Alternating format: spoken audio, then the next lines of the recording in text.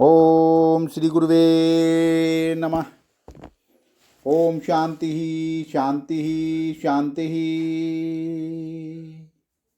प्रणाम भगवान। भगवान अभी हमारा सत्संग मुंडक सुधा मुंडक उपनिषद प्रवचन श्री स्वामी अखंडानंद सरस्वती जी महाराज द्वारा विरचित, और स्वामी जी ने प्रवचन के माध्यम से व्याख्या की है।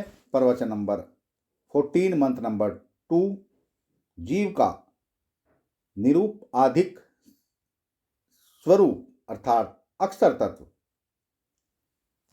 तो एपिसोड नंबर 2 लेते हैं। भगवान स्वामी जी बताते हैं कि न किश्चित प्रतीयात नाहम अस्मि, किसी को कभी यह भ्रम हो ही नहीं सकता कि मैं नहीं हूँ।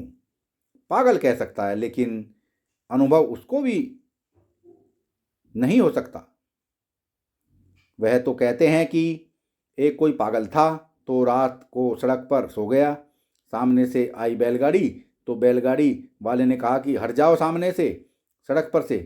तो उसने जगकर पहले जांच की कि मैं वही हूँ कि नहीं जो कल सोया था।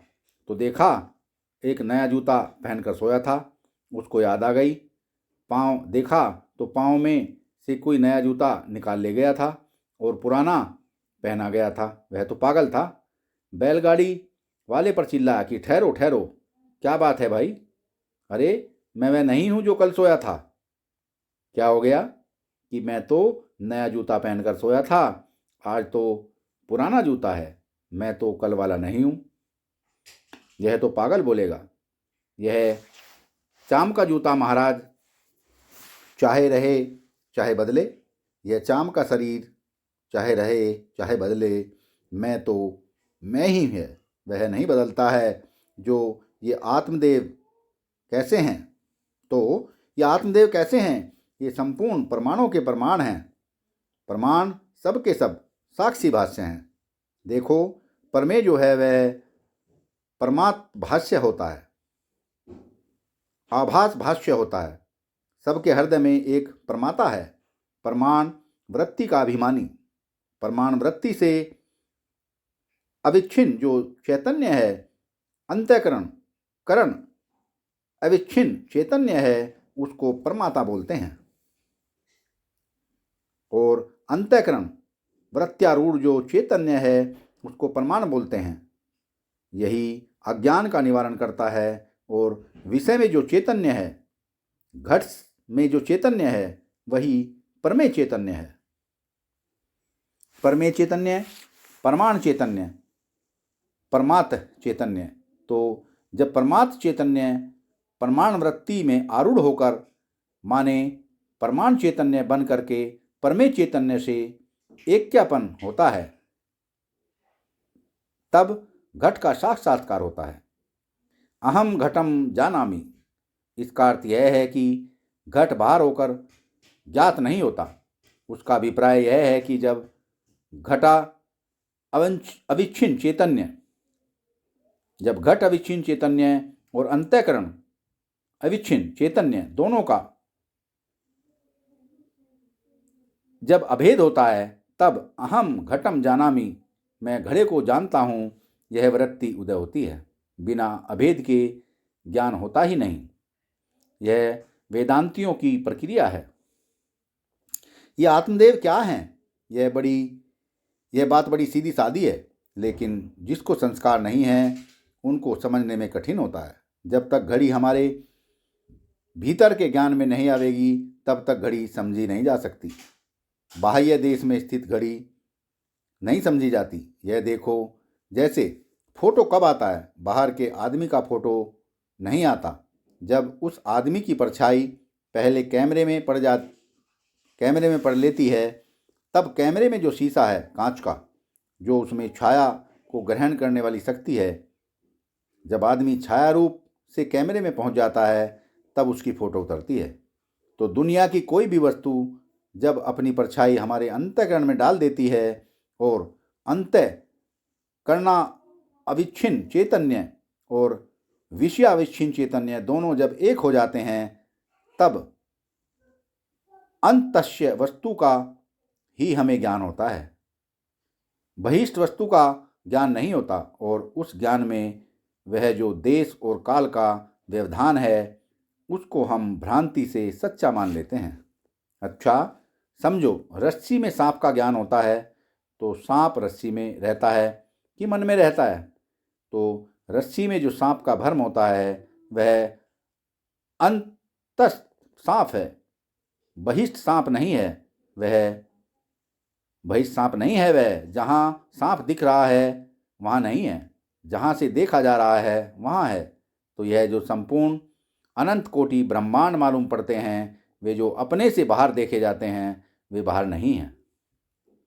ये अपने आत्मा में ही अनंत कोटि ब्रह्मांड अविच्छिन्न चैतन्य और अंतःकरणाविच्छिन्न चैतन्य, जब इन दोनों का ऐक्य होता है तब ब्रह्मांड का ज्ञान होता है। इसलिए अनंत कोटि ब्रह्मांड जो हैं वे अंतःकरण अविच्छिन्न चैतन्य के बिल्कुल न्यारे नहीं हैं।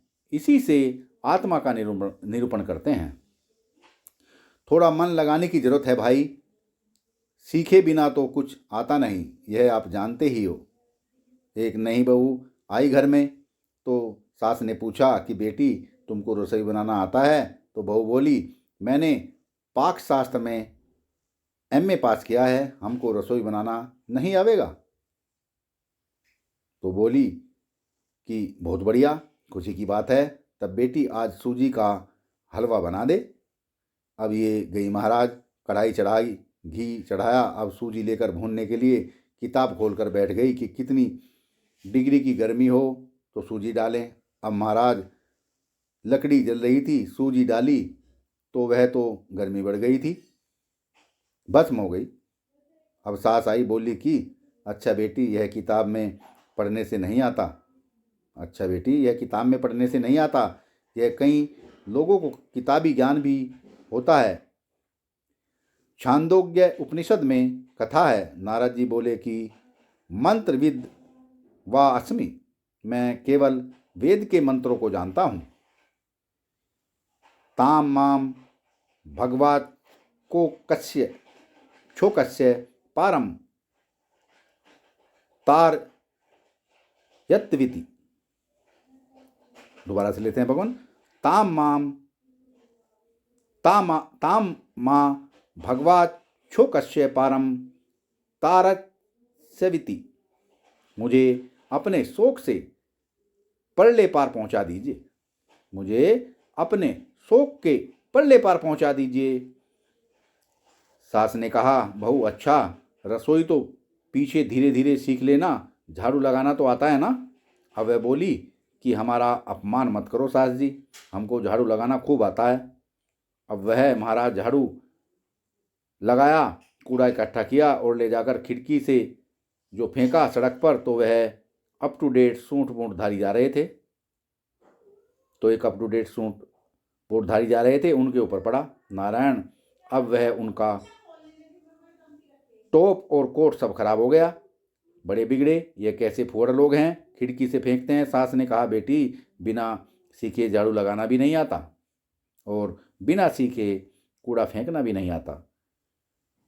तो जो कहते हैं ना हम किताब में पढ़कर वेदांत को समझ लेंगे, नारायण मूर्ख हैं बिल्कुल। किताब में पढ़ने से नहीं आवेगा, उसके लिए सम दम आदि साधन संपन्न होकर गुरु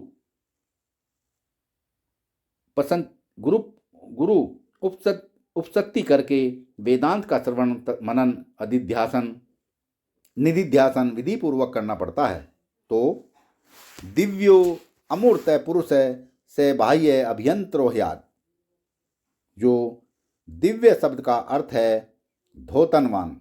यह दिव्य शब्द कांत्यक थक विदु धातु से है, चम चम चम चमकना, श्वेत प्रकाश, श्वेत परमाणु को चमकाने वाला, परमाणु को रोशनी देने वाला। यही आँख की खिड़की में बैठ कर के दुनिया के रूप को देखता है, यही कान की खिड़की में बैठ शब्द को सुनता है, वही नाक की खिड़की में बैठ करके गंध सूंघता है, यही जीभ की खिड़की में बैठ करके स्वाद लेता है, यही दृष्टा श्रोता मनता ध्याता विज्ञाता। बोले यह कैसा है भाई? सत्संग को विराम देते हैं भगवान। आगे का सत्संग कर लेंगे। प्रणाम भगवान।